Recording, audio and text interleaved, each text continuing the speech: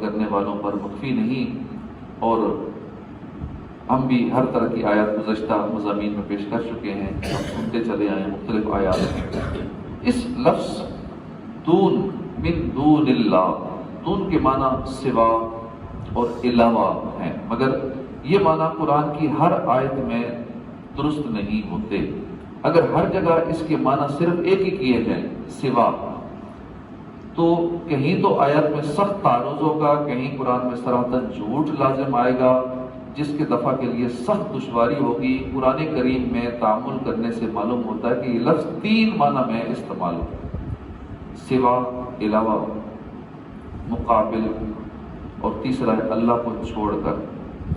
جہاں من دون اللہ عبادت کے ساتھ ہو یا ان الفاظ کے ہمراہ آئے جو عبادت یا معبود کے معنی میں استعمال ہوئے ہوں، اس کے معنی سوا ہوں گے، کیونکہ خدا کے سوا کسی کی عبادت نہیں ہو سکتی۔ جیسے اس آیت میں ہے فَلَا أَعْبُدُ الَّذِينَ تَعْبُدُونَ مِن دُونِ اللَّهِ وَلَكِنْ أَعْبُدُ اللَّهَ الَّذِي يَتَوَفَّاكُمْ، بس نہیں پوچھتا میں انہیں جن کو تم پوچھتے ہو اللہ کے سوا، لیکن میں تو اس اللہ کو پوچھوں گا جو تمہیں موت دے گا۔ اسی طرح اور بہت ساری آیات ہیں، اس جیسی بہت سی آیات میں من دون اللہ کے معنی ہے اللہ کے سوا، کیونکہ یہ عبادت کے ساتھ آیا ہے، اور عبادت غیر اللہ کی کسی بھی صورت نہیں ہو سکتی، صرف اللہ کی عبادت ہے۔ قُلْ أَرَأَيْتُمْ شُرَكَاءَكُمُ الَّذِينَ تَدْعُونَ مِن دُونِ اللَّهِ أَرُونِي مَاذَا خَلَقُوا، فرماؤ کہ تم بتاؤ کہ تمہارے وہ شرکاء جن کی تم پوجا کرتے ہو خدا کے سوا، مجھے دکھاؤ کہ انہوں نے کیا پیدا کیا ہے، اور بلا لو اپنے معبودوں کو اللہ کے سوا اگر تم سچے ہو۔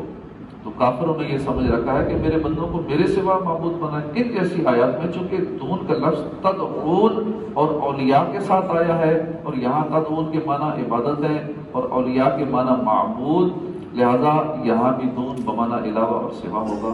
لیکن جہاں دون مدد کے لیے یا نصرت یا دوستی کے ساتھ آئے گا تو وہاں اس کے معنی صرف سوا کے نہیں ہوں گے، بلکہ اللہ کے مقابل یا اللہ کو چھوڑ کر ہوں گے، یعنی اللہ کے سوا اللہ کے دشمن۔ اس تفسیر اور معنی میں کوئی دشواری نہ ہوگی، جیسے اللہ تتخذوا من دونی وکیلا، کہ میرے مقابل کسی کو وکیل نہ بناؤ۔ ام اتخذوا من دون اللہ شفعاء، کیا ان لوگوں نے اللہ کے مقابل کو سفارشی بنا رکھے ہیں۔ اسی طرح اور بہت ساری آیات ہیں، اور اللہ کے مقابل نہ تمہارا کوئی دوست ہے نہ مددگار، اور وہ اللہ کے مقابل اپنا نہ کوئی دوست پائیں گے نہ مددگار۔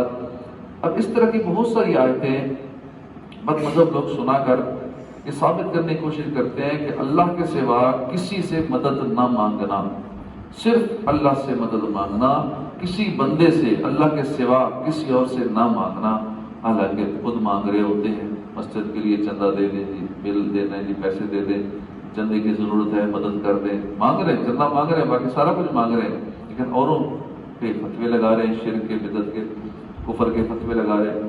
کسی اور سے نہیں مانگنا، اللہ سے مانگنا۔ پھر ٹھیک ہے مسجد کے پیسے بل بھی اللہ سے مانگو، چندہ بھی اللہ سے مانگو، بندوں سے کیوں مانگ رہے ہو؟ مومن مسلمانوں کو چھوڑ کر کافروں کو دوست نہ بناؤ۔ لا يتخذ المؤمنین الکافرین اولیاء من دون المؤمنین، تو یہ دون مختلف معنوں میں استعمال ہوا ہے۔ تو ان جیسی تمام آیتوں میں جہاں مدد، نصرت، ولایت، دوستی وغیرہ کے ساتھ لفظ دون آیا ہے، تو اس میں اس کی معنی صرف سوا یا علاوہ کے نہیں، بلکہ وہ سوا مراد ہے جو رب کا دشمن یا رب کا مقابل ہو۔ لہذا اس دون کے معنی مقابل کرنا نہایت موضوع ہیں۔ جن مفسرین یا ترجمہ کرنے والوں نے ان مقامات میں سوا ترجمہ کیا ہے، ان کی مراد بھی سوا سے ایسے ہی سوا مراد ہے۔ اور اگر رب تمہیں رسوا کرے تو کون ہے جو پھر تمہاری مدد کرے؟ تم فرماؤ کہ وہ کون ہے جو تمہیں اللہ سے بچائے؟ اگر ارادہ کرے رب تمہارے لیے برائی کا اور ارادہ کرے مہربانی کا، اور وہ اللہ کے مقابل کوئی نہ دوست پائیں گے نہ مددگار پائیں گے۔ ان آیات نے تفسیر فرما دی کہ جہاں مدد یا دوستی کے ساتھ لفظ دون آئے گا وہاں مقابل اور رب کو چھوڑ کر معنی دے گا، نہ کہ صرف سوا یا علاوہ کے۔ نیز اگر اس جگہ دون کے معنی سوا کے کیے جائیں تو آیت میں تعارض بھی ہوگا، کیونکہ مثلا یہاں تو فرمایا گیا رب کے سوا تمہارا کوئی ولی اور مددگار نہیں، اور جو آیات ولی کی بحث میں پیش کی گئی ہیں وہاں فرمایا گیا کہ تمہارا ولی اللہ اور رسول اور نیک مؤمنین ہیں یا تمہارے ولی فرشتے ہیں، یا فرمایا گیا کہ اے مولا اپنی طرف سے ہمارے مددگار فرما، اس تعارض کا اٹھانا بہت مشکل ہوگا۔ اگر ان آیات میں دون کے معنی سوا کیے جائیں تو عقل کے بالکل خلاف ہوگا اور رب کا کلام معاذ اللہ جھوٹا ہوگا۔ اس طرح مثلا یہاں فرمایا گیا کہ اب اتخذوا من دون اللہ شفعاء، انہوں نے خدا کے سوا سفارشی بنا لیے۔ سفارشی تو خدا کے سوا ہی ہوگا، خدا تو سفارشی ہو سکتا ہی نہیں ہے۔ یا فرمایا گیا اللہ تتخذوا من دونی وکیلا، میرے سوا کسی کو وکیل نہ بناؤ، حالانکہ دن رات وکیل بنایا جاتا ہے۔ اب وکیل کے معنی کی کئی توجیہیں کرو اور شفاء کے متعلق بحث کرتے پھرو، لیکن اگر یہاں دون کے معنی مقابل کر لیے جائیں تو کلام نہایت صاف ہو جاتا ہے کہ اللہ تعالیٰ کے مقابل نہ کوئی سفارشی ہے نہ وکیل ہے، کیونکہ وکیل بنایا جاتا ہے آگے کسی کے سامنے پیش ہوتا ہے کسی بڑے کے لیے۔ اب اللہ کو وکیل بنائے تو اللہ سے بڑا ہے ہی کوئی نہیں، پھر اللہ کو اگر سفارشی بنائے کس کا سفارش کرے؟ اللہ سفارشی اس کے بنایا جاتا ہے جو کسی بڑے کے آگے بات کرے اس کو سفارشی کے طور پہ استعمال کرتے ہیں، بڑے سے اللہ سے بڑا تو ہے ہی کوئی نہیں، تو اللہ تو نہ سفارشی نہ وکیل، دونوں کام یہ اللہ کے ساتھ ہم منسوخ نہیں کر سکتے۔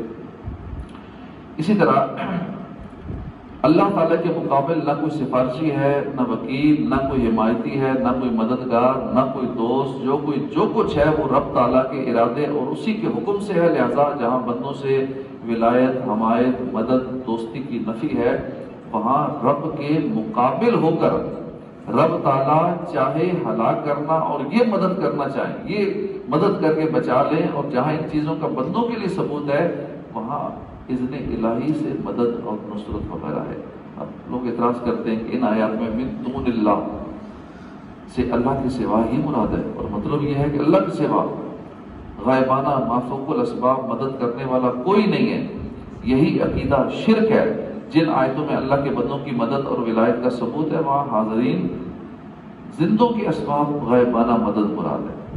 اب اس کا جواب یہ ہے کہ یہ توجیہ بالکل غلط ہے چند وجہوں سے۔ ایک یہ کہ نفی مدد کی آیتوں میں کوئی قید نہیں ہے، مطلق ہیں، تم نے اپنے جیب سے اس میں 3 قیدیں لگائیں، غائبانہ، مافوق الاسباب اور مردوں کی مدد۔ قرآن کی آیت خبر واحد سے بھی مقید نہیں ہو سکتی اور تم صرف اپنے گمان اور وہم سے مقید کر رہے ہو، اور اگر دون کو بمانہ مقابل لیا جائے تو کوئی قید لگانی نہیں پڑتی۔ دوسرے یہ کہ تمہاری یہ تفسیر خود قرآن کی اپنی تفسیر کے خلاف ہے۔ قرآن کی مذکورہ بالا آیات نے بتایا کہ یہاں دون بمانہ مقابل ہے، لہذا تمہاری یہ تفسیر تحریف ہے، تفسیر نہیں ہے۔ تیسرے یہ کہ ان قیدوں کے باوجود آیت درست نہیں ہوتی، کیونکہ حضرت عمر رضی اللہ عنہ نے مدینہ منورہ سے بیٹھے ہوئے حضرت ساریہ کی مدد فرمائی، مافوق الاسباب مدد فرمائی۔ کتنے میل دور تھے اور فرمایا کہ اے ساریہ پہاڑ کے پیچھے ہو جاؤ، دشمن آ رہا ہے۔ کتنے دور تھے اور مدد فرمائی۔ تو اللہ کے سوا کسی نے مدد کی نا؟ فاروق اعظم نے ان کی مدد کی اس جنگ کے دوران، مدینے میں بیٹھے ہوئے، ممبر رسول پر بیٹھے ہوئے۔ حضرت یوسف علیہ السلام نے اپنے والد یعقوب علیہ السلام کی مافوق الاسباب دور سے مدد فرمائی۔ اب یہ کہتے ہیں دور سے مدد کوئی نہیں کر سکتا، قریب سے کر سکتا ہے۔ پہلے تو ٹوٹل مانتے نہیں ہے نا کہ مدد کو کر ہی نہیں سکتا، پھر جب کہیں آگے پھنس جاتے ہیں پھر کہتے ہیں دور سے کوئی نہیں کر سکتا، چلو قریب سے کر سکتا ہے، پھر اس طرف آ جاتے ہیں۔ تو دور سے نہیں کر سکتا تو کتنی مثالیں موجود ہیں۔ فاروق اعظم نے دور سے کی، یوسف علیہ السلام نے دور سے مدد کی یعقوب علیہ السلام کی، کرتا بھیجا، ان کی نظر واپس آ گئی، آنکھیں ٹھیک ہو گئی۔ تو اسی طرح اور بہت ساری مثالیں ہیں۔ ظاہر ہے کہ قمیص آنکھ کی شفا کا سبب نہیں ہے، لیکن لہذا یہ مدد جو ہے مافوق الاسباب ہے۔ موسیٰ علیہ السلام نے اپنی وفات کے بعد ہماری مدد کی، 50 نمازیں تھی، 5 کروا دی، کتنی آسانی ہو گئی۔ 5 بھی ہمیں کتنی مشکل لگتی ہے پڑھنی، لیکن ہماری مدد کی۔ 50 پڑھنی پڑتی تو کیا حال ہوتا؟ ایک ختم نہیں کی تو اگلی کا ٹائم شروع ہو گیا، وہ ختم نہیں، اگلی نماز کا ٹائم شروع ہو گیا۔ 50 نمازیں پڑھنی پڑتی تو حال کیا ہوتا ہے اس امت کا؟ تو یہ ہماری مدد کر دی موسیٰ علیہ السلام نے، اور یہ مدد کب کی؟ اپنی وفات کے بعد مدد کی۔ تو اس کا مطلب ہے کہ مدد اللہ کے پیارے وفات کے بعد بھی کرتے ہیں، زندہ ہوتے ہیں تو بھی کرتے ہیں، قریب سے بھی کرتے ہیں، دور سے بھی کرتے ہیں، اور اس قسم کی سینکڑوں مددیں ہیں جو اللہ کے پیاروں نے غائبانہ طور پر کی ہیں۔ تو اللہ پاک ہمیں بد مذہبوں سے بچائے، اور جو لوگ عقیدے خراب کرتے ہیں مدد کے حوالے سے، یا اللہ مدد، بس اس کے علاوہ کسی سے نہیں مدد، بس یا اللہ مدد، صرف اللہ سے مدد۔ ٹھیک ہے، اللہ تو مدد کرتا ہی ہے، لیکن اللہ نے ایک نظام بھی بنا رکھا ہے، اوروں کو بھی توفیق دیتا ہے کسی کی مدد کرنے کی۔ آپ کسی مالی امداد کر دیتے ہیں، کسی کی اور حوالے سے امداد کر دیتے ہیں، کسی کی کنسلٹنسی کے حوالے سے امداد کر دیتے ہیں، وکیل ہے تو اپنے اس کے مطابق کسی کی مدد کر دیتا ہے۔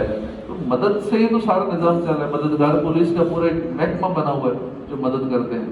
تو یوں تو دنیا کا نظام درم برم ہو جائے اگر یہ مدد والا مسئلہ جو ہے اس پہ ہم شرک کے فتوے لگا دیں کہ نہیں یہ ناجائز ہے، مدد کوئی کسی کی نہیں کر سکتا، اللہ کے سوا مدد مانگنی بھی نہیں کسی سے، ورنہ کافر ہو جاؤ گے، تو پورا ایک دنیا کا نظام ہی درم برم ہو جائے گا۔ تو اس لیے کوئی بھی اس طرح کی بات کرے کہ نہیں اللہ کے سوا مدد نہ مانگو، تو اس کے باتوں میں نہ آئیں۔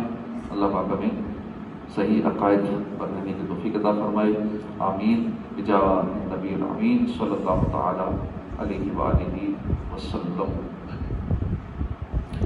حضرت سیدنا